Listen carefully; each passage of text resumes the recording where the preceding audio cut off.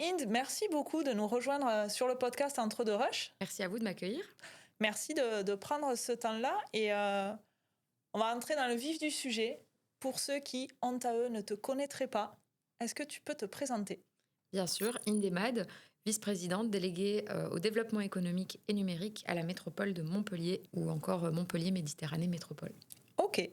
Bon, moi, je te connais un petit peu et je sais qu'avant, tu as aussi été entrepreneur. Et du coup, tu as un pied dans le public de par ton statut maintenant et un passé entrepreneurial. C'est quoi qui t'a amené ou motivé à faire ce pont entre les deux? Alors je dirais tout d'abord ma curiosité, mon envie d'apprendre, de découvrir et surtout de contribuer, d'amener ma pierre à l'édifice. Je considère que un être humain a plusieurs cordes à son arc. Euh, Être entrepreneur ne signifie pas ne pas être un citoyen engagé, voilà, vis-à-vis de sa communauté, De plus en de plus. sa ville, en effet. Donc l'envie de découvrir, d'apprendre et donc de la curiosité, beaucoup de curiosité.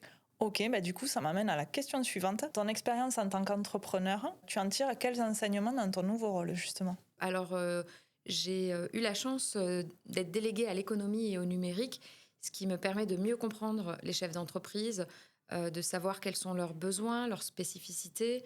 Je pense qu'il est nécessaire, lorsqu'on a ce rôle, de pouvoir parler le même langage pour pouvoir aider au mieux. Je suis au service des entreprises, au service d'un territoire, de son développement économique, du développement de l'emploi.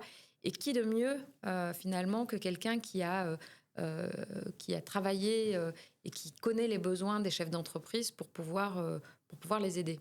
Et du coup, si tu étais amené à refonder un projet de start-up, etc., ça serait dans quel domaine maintenant?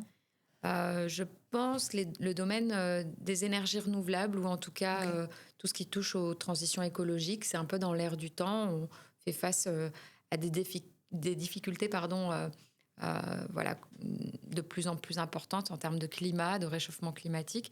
Et ce serait un sujet qui pourrait m'intéresser. Ouais, vaste La sujet. décarbonation, les énergies renouvelables, l'eau, voilà, les enjeux ou plutôt les défis de demain, Du monde de demain. du Ouais. monde de demain. Un super projet, ça, si jamais. Et du coup, ben, d'ici 5 à 10 ans, si tu devais voir, grâce au numérique ou la tech ou l'entrepreneuriat, une transformation arriver à Montpellier, ça serait laquelle? Au numérique et à la tech, des innovations qui touchent justement à ces sujets-là, que ce soit dans le domaine de la santé numérique, de l'environnement, de l'alimentation, qui peuvent répondre réellement à ces défis-là. On vit une époque où tout s'accélère, notamment avec l'avènement de l'IA, Mm. l'utilisation de ChatGPT.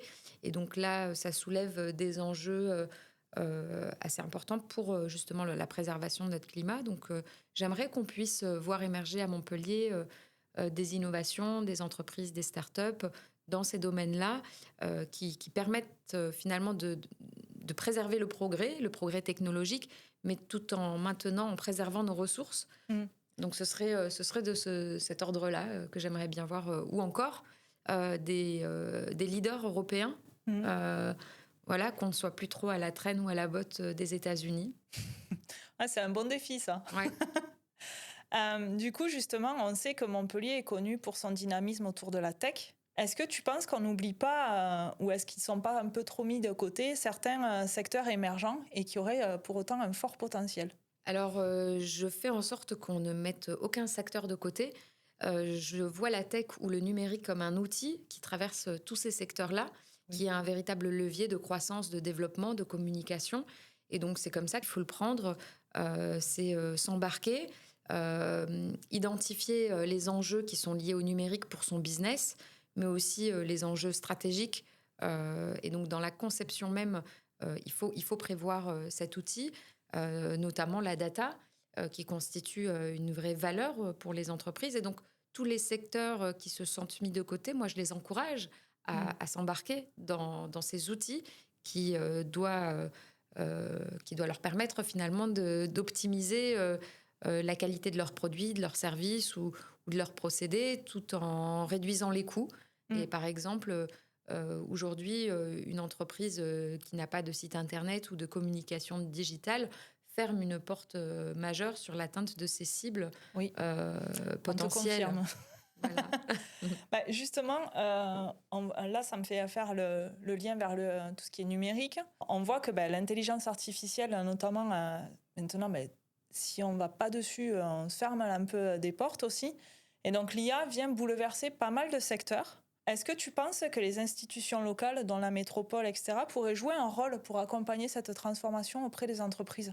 Oui, je suis convaincue. Le rôle des institutions, c'est justement d'accompagner, d'aider à la fois à démocratiser certaines choses, à faire comprendre, à prévenir. Il est important pour la métropole de sensibiliser sur les enjeux liés à la fois au numérique, mais aussi à l'usage de l'IA. Et c'est ce que nous faisons à la métropole de Montpellier.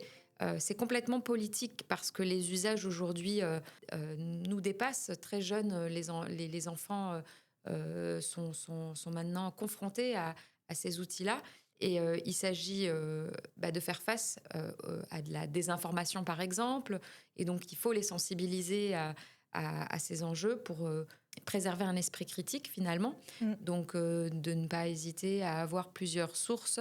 Mais c'est vrai que depuis, encore une fois, l'avènement de l'IA à travers ChatGPT, il y a beaucoup d'usages qui nous dépassent. Et donc, notre rôle, finalement, c'est, en tant qu'institutionnel, de prévenir, de favoriser un usage responsable et éthique, de sensibiliser justement à la difficulté écologique qui est entraînée par l'usage de Aussi, ces outils. Et donc ça, c'est pour l'avenir, pour nos enfants. Pour les entreprises, il y a un enjeu évidemment de performance, de croissance, mais aussi d'impact à travers l'usage. Donc, il faut pouvoir jongler entre qu'est-ce que le progrès technologique, qu'est-ce que cet outil peut apporter en termes de business, en termes d'impact, tout en préservant au maximum nos ressources, car elles ne sont pas illimitées. Ouais. Et on est complètement dans le rôle d'un institutionnel de faire prendre conscience. Et là, je pense notamment à la question de la démocratie. Aujourd'hui, avec les réseaux sociaux, on fait face à des enjeux qui sont de l'ordre de communication, de propagande. Et donc, comment éduquer les jeunes et les moins jeunes à ces informations-là? Comment ne pas se faire avoir par des stratégies étrangères qui visent à déstabiliser certaines démocraties? Donc, c'est complètement politique. Ok, parfait. Et du coup, toi, quel usage du numérique te fascine particulièrement ? Oui, peut-être depuis 2-3 ans, c'est cette capacité à avoir de l'information en continu, à visualiser des choses qu'on n'aurait pas pu visualiser, avoir... alors ça fait un peu plus que 3 ans, mais à travers l'IA, c'est finalement la facilité que l'on peut avoir pour réaliser certaines tâches qui pouvaient nous prendre des semaines. Oui. Aujourd'hui, en quelques heures, c'est faisable. Mais je tiens quand même à faire remarquer que tout n'est pas toujours juste et vrai. Donc, il faut encore pouvoir vérifier, garder cet esprit critique. En tout cas, ce qui me fascine réellement, c'est les perspectives que ça ouvre, le champ des possibles que ça ouvre dans tout plein de domaines qui peuvent être innovés, qui peuvent être améliorés, dans lesquels il peut y avoir des innovations de rupture grâce à ces outils. C'est vrai que l'IA, c'est un outil qui est hyper puissant. Bon, nous, on l'intègre de plus en plus dans la création de contenu, etc. Mais c'est vrai que c'est touchy parce que maintenant, on peut imiter une voix, on peut imiter une personne, etc. Donc, on sensibilise là-dessus aussi. Chez Isanka, que l'IA, c'est un outil qui est surpuissant, qui permet d'avancer beaucoup plus vite. Mais attention aux dérives aussi. Complètement. Mais je pense qu'il faut sans cesse avoir ça en tête, de se dire... la chance de cet outil, c'est que c'est des supercalculateurs qui vont très vite. Donc, on peut effectuer certaines tâches en un minimum de temps aujourd'hui. Mais nous avons l'avantage, sur cet outil qui calcule plus vite que nous, d'avoir une intuition et d'avoir aussi une capacité à rêver, à créer des imaginaires. Voilà. Et je pense que c'est l'association des deux qui peut créer des super choses. Mais il faut garder cet esprit un petit peu critique. Il faut garder du recul, Et du recul, tout à fait. Et du coup, on va faire le lien aussi, on va revenir un petit peu à l'entrepreneuriat parce que c'est quand même le fil conducteur du podcast. Est-ce que tu penses que le tout digital, justement, on voit des entreprises qui automatisent, qui font de l'IA, qui jouent à fond la carte du digital. Est-ce que tu penses que justement, ça leur fait peut-être un peu trop oublier tout ce qui est contact humain, le terrain, le réseautage, aller à la rencontre, etc. Indéniablement, lorsqu'on est scotché sur son téléphone ou ordinateur, on est plus dans le virtuel que dans le réel. Donc oui, ça peut avoir un impact sur nous parce que ce n'est pas réel finalement. Et donc il faut pouvoir maintenir ce lien avec les autres qui nous nourrit, qui nous permet justement de nous améliorer par l'interaction. L'humain, c'est des émotions, c'est des conseils, c'est des Oui, rencontres, c'est des aventures que l'on ne trouvera jamais sur cet outil. Donc, moi, évidemment, j'encourage toujours, ne serait-ce que pour avoir un territoire dynamique, de développer son réseau, de faire partie d'écosystèmes, de partager ses expériences, de conseiller pour pouvoir enrichir. Et c'est ensemble qu'on va effectivement plus loin, puisque aujourd'hui la machine nous permet d'aller très vite. oui, Donc, avoir un équilibre entre les deux. Et pour moi, le risque, c'est effectivement des jeunes générations qui très tôt se déconnectent et n'ont plus les codes finalement pour maintenir le lien avec les autres, qui sont mises en danger. Et donc, c'est notre rôle aussi en tant que parents, en tant qu'institutionnels, à l'école, et bien de sensibiliser à ça ou de maintenir des espaces mm, sans écran, oui. sans connexion. Là, tu débordes sur les questions qui vont arriver après, mais ok, Ah, je garde. ok. Là, tu viens justement de parler de l'entrepreneuriat à Montpellier, de l'ADN du territoire. Justement, comment tu décrirais l'ADN entrepreneurial sur Montpellier? Il est clairement innovant parce que maintenant, depuis 40 ans, on a développé un outil spécifique que personne n'a. C'est le Business and Innovation Center Mm. qui fait partie du top 3 des meilleurs incubateurs au monde. C'est ce qui a permis de faire émerger une communauté d'entrepreneurs innovants dans tous les domaines. Oui, Mais pas que. Nous avons la chance d'être un territoire avec une communauté de chercheurs, puisque c'est une ville étudiante très développée dans des domaines que sont l'écologie, la santé, l'environnement, l'alimentation. Et c'est ce qui nous permet, avec tous les outils technologiques, d'apporter des innovations de rupture dans ces domaines-là. D'où la réponse à une des questions, ce que j'aurais aimé voir émerger d'ici 10 ans, et j'y crois, des innovations de rupture qui répondent aux défis du siècle, que sont les questions d'alimentation, d'environnement, avec les problématiques de l'eau ou encore de santé. Donc c'est vraiment, je pense, dans notre ADN, ici à Montpellier, de par une population plutôt jeune, de par une communauté de chercheurs, de par une communauté d'entrepreneurs qui n'hésitent pas à se lancer parce qu'ils ont les outils à mm, leur disposition, un incubateur public ouvert à tous, qui ne prend pas de part, qui est une véritable école de l'entrepreneuriat dans laquelle on est accompagné pendant 4 ans, qui a des indicateurs de réussite à plus de 80% oui, au-delà de 5 ans ou 85% au-delà de 5 ans. C'est assez rare, c'est une chance. Clairement, innovation. Et dans d'autres domaines, parce que souvent je parle de santé, on est dans une époque de l'image. Et donc, il y a les industries culturelles et créatives, dont vous oui, faites partie, qui aujourd'hui sont aussi un secteur clé pour la réussite de ce territoire et la création d'emplois à travers les jeux vidéo, les effets spéciaux, les films d'animation. euh, Tous ces secteurs-là, aujourd'hui, ont fait leurs preuves, puisque depuis plus de 30 ans, Ubisoft étant implanté, ils ont réussi à essaimer. Donc, dans les jeux vidéo, on a beaucoup d'acteurs primés à l'échelle internationale. On a des films d'animation primés aussi. Donc, des studios France TV qui ne font que grandir, oui. des studios de cinéma, beaucoup de tournages sur ce territoire. Tout cela n'est possible que parce qu'on vit une époque de l'image et que ces outils technologiques permettent de créer les conditions pour s'implanter avec le climat, puisqu'on a un environnement entre montagne et mer qui permet des images à l'écran magnifiques, un peu uniques, sans avoir à prendre un avion pour C'est ça. aller capter de beaux paysages. C'est vrai que le territoire Montpellier et autour, il est plutôt sympa. Et Exceptionnel. justement, est-ce que tu penses que tout ce qui est écosystème, talent, réseau, la qualité de vie, est-ce que c'est ça qui attire les entrepreneurs à Montpellier aujourd'hui ou est-ce que tu vois d'autres critères? Indéniablement, je pense que c'est l'environnement, la qualité de vie, parce que lorsqu'on vient ici, on ne vient pas seul, souvent on vient en famille. Oui, C'est une ville, la septième métropole de France, qui maintient un cadre de qualité avec encore pas trop de densité, avec des politiques publiques remarquables qui permettent justement euh, d'activer cette transition écologique avec des politiques publiques engagées et volontaristes dans cette démarche. Enfin, encore une fois, un écosystème, des outils mm, un peu uniques ici et une volonté de faire ensemble. Je pense que c'est vraiment ça la clé.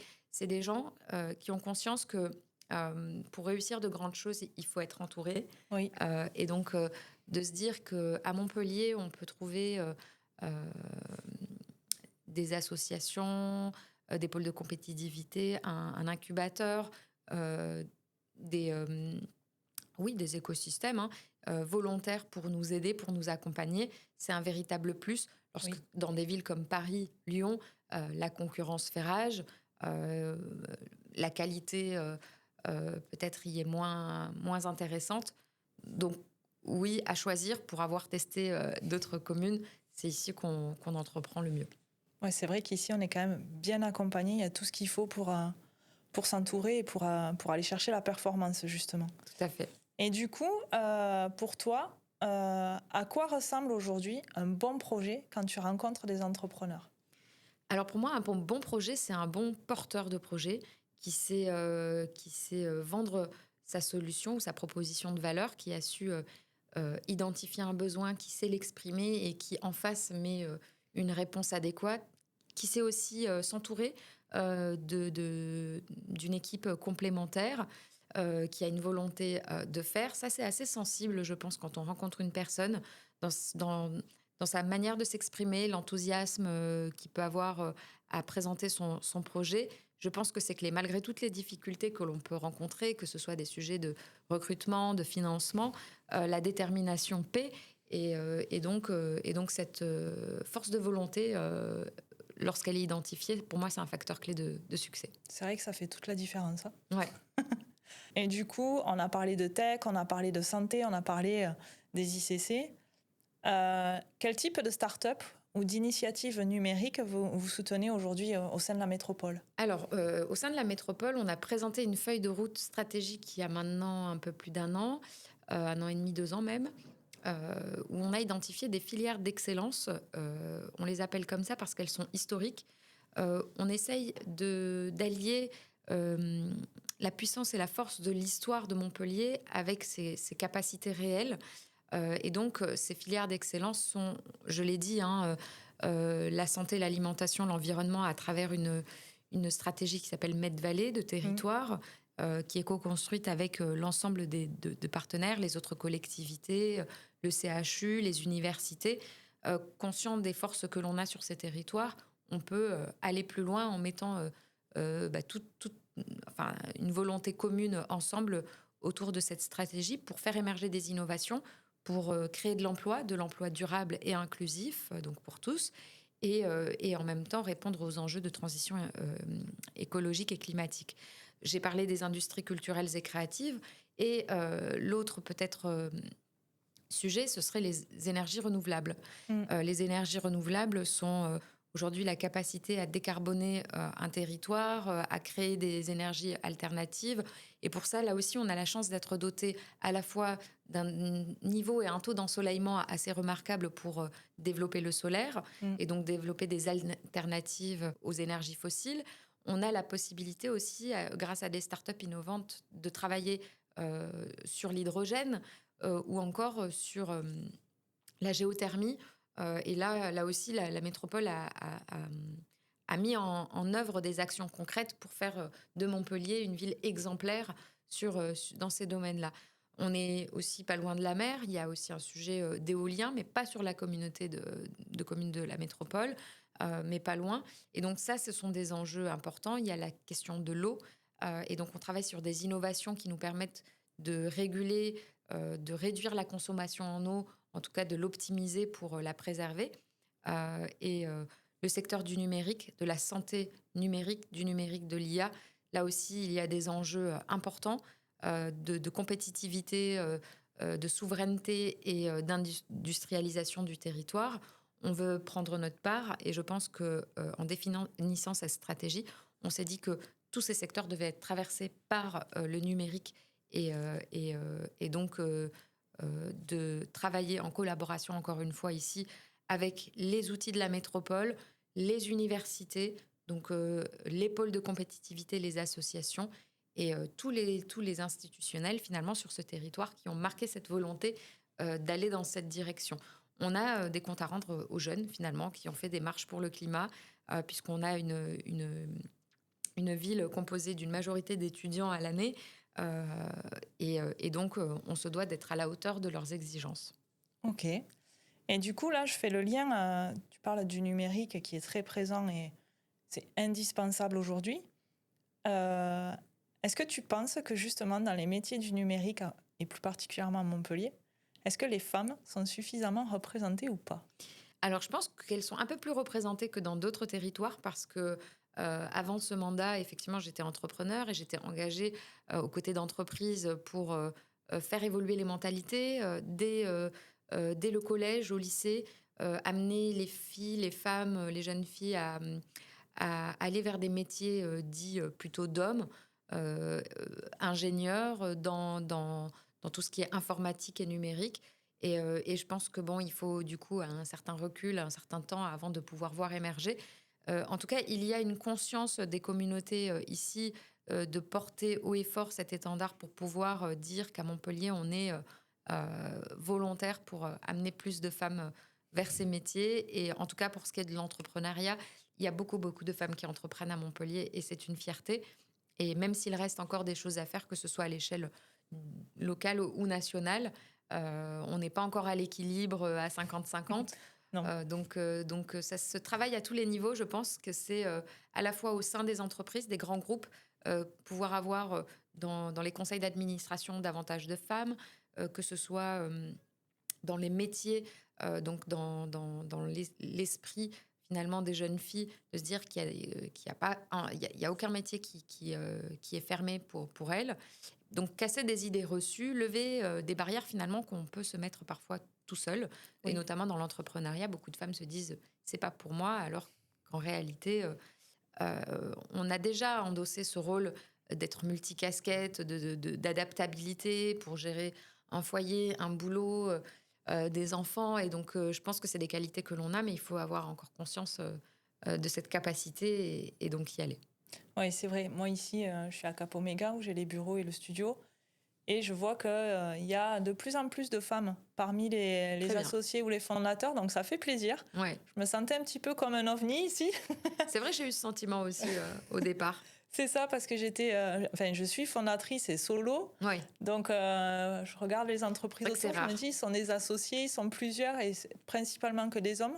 Donc là, quand je vois qu'il y a des femmes qui entreprennent, je me dis, tiens, ça fait plaisir, c'est en train d'évoluer là. C'est clair, ça évolue, mais encore faut-il que ça évolue dans la tête des hommes aussi. Oui. Et en l'occurrence, moi, il y a un sujet qui me tient particulièrement à cœur, c'est la question de la levée de fonds pour les femmes, parce qu'encore ici, ça reste des chiffres assez loin, finalement, des réels besoins. Et parfois, voilà, ce sont des écueils qui peuvent stopper, limiter les projets.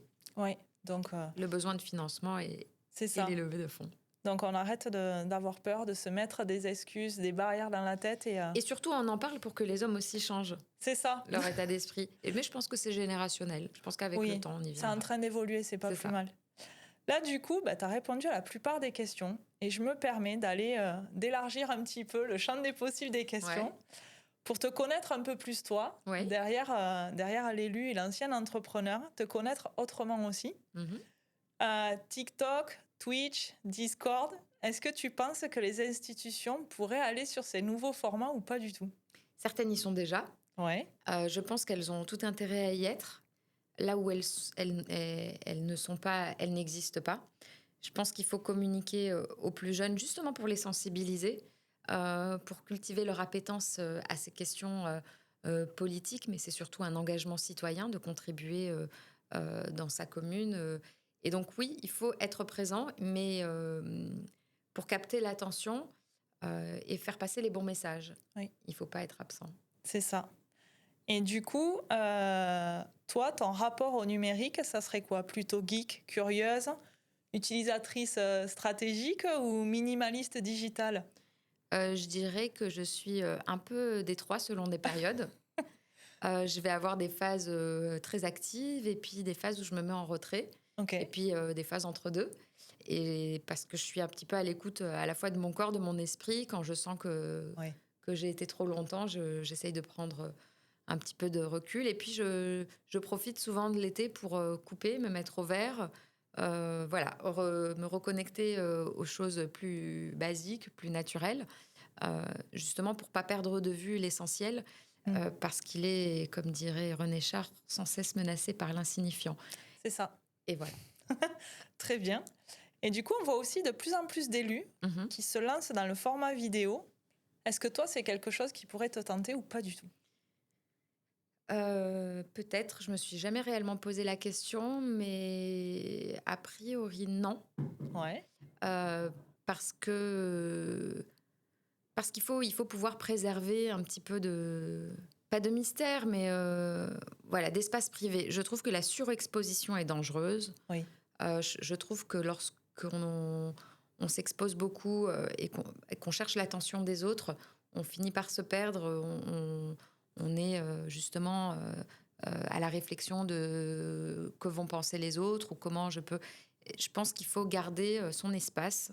Mhm. Je pense que l'espace d'internet peut avoir beaucoup d'avantages, mais qu'il est quand même assez, risqué. C'est pour d'où le besoin de sensibiliser les jeunes très vite, de ne pas leur donner accès trop tôt, à ces réseaux parce qu'elles altèrent, leur, perception des réalités et peut-être, leur vision d'eux-mêmes et là, ça devient dangereux. Oui. Donc je dirais que je le ferai si c'est vraiment nécessaire ou en pointillé, mais pas de manière continue parce que ouais, je vois là un danger, dans le fait de s'exposer, d'aimer se regarder, d'aimer, chercher l'attention, tout le temps, À tout le temps. petite dose. Ouais, voilà. Ok. Et du coup, ben, parfait pour le lien avec la prochaine question. Si tu devais supprimer une plateforme digitale de ton quotidien, ça serait laquelle?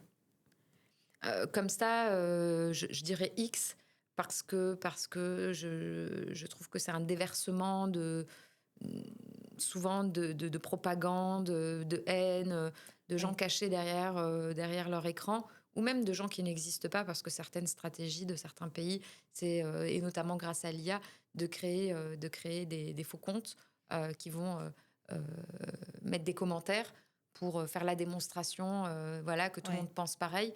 Donc on est dans l'irréel total, on est dans la manipulation et la propagande totale. Donc peut-être Snapchat également, parce que derrière l'image, le côté, notamment chez les jeunes, de se mettre devant pour se divertir, il y a une manipulation, il me semble, et puis une forme d'aliénation de nos jeunes, voilà, à travers des choses qui n'ont pas vraiment de sens ou de valeur, ou qui leur fait perdre le sens des valeurs. Oui, c'est vrai. C'est vrai, ils sont déconnectés, comme on dit, alors qu'ils passent la Ouais. plupart de leur temps. J'avais Justement. entendu dire que c'était une stratégie, justement, de jouer sur la mentalité des jeunes occidentaux pour qu'ils soient happés, puisque finalement, ces plateformes ne cherchent que l'attention la majorité du temps et qu'ils n'aillent pas enrichir d'autres sujets, leurs connaissances, leur savoir, pour à terme avoir finalement une forme de recul sur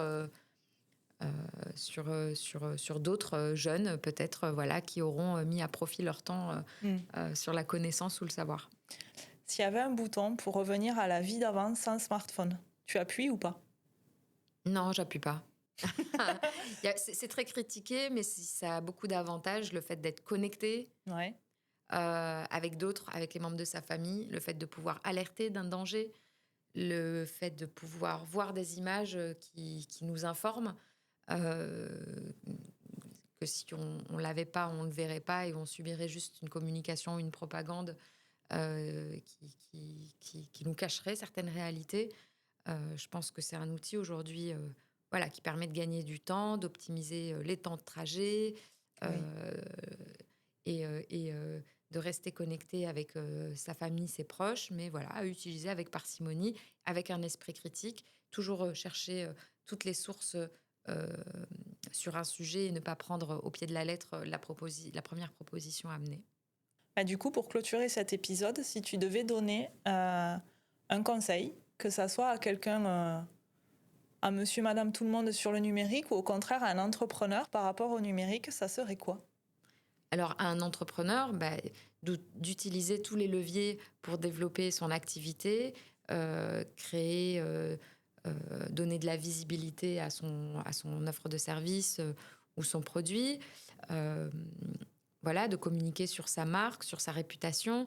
C'est vraiment un levier pour développer le lien avec sa clientèle, ses fournisseurs, ses prestataires.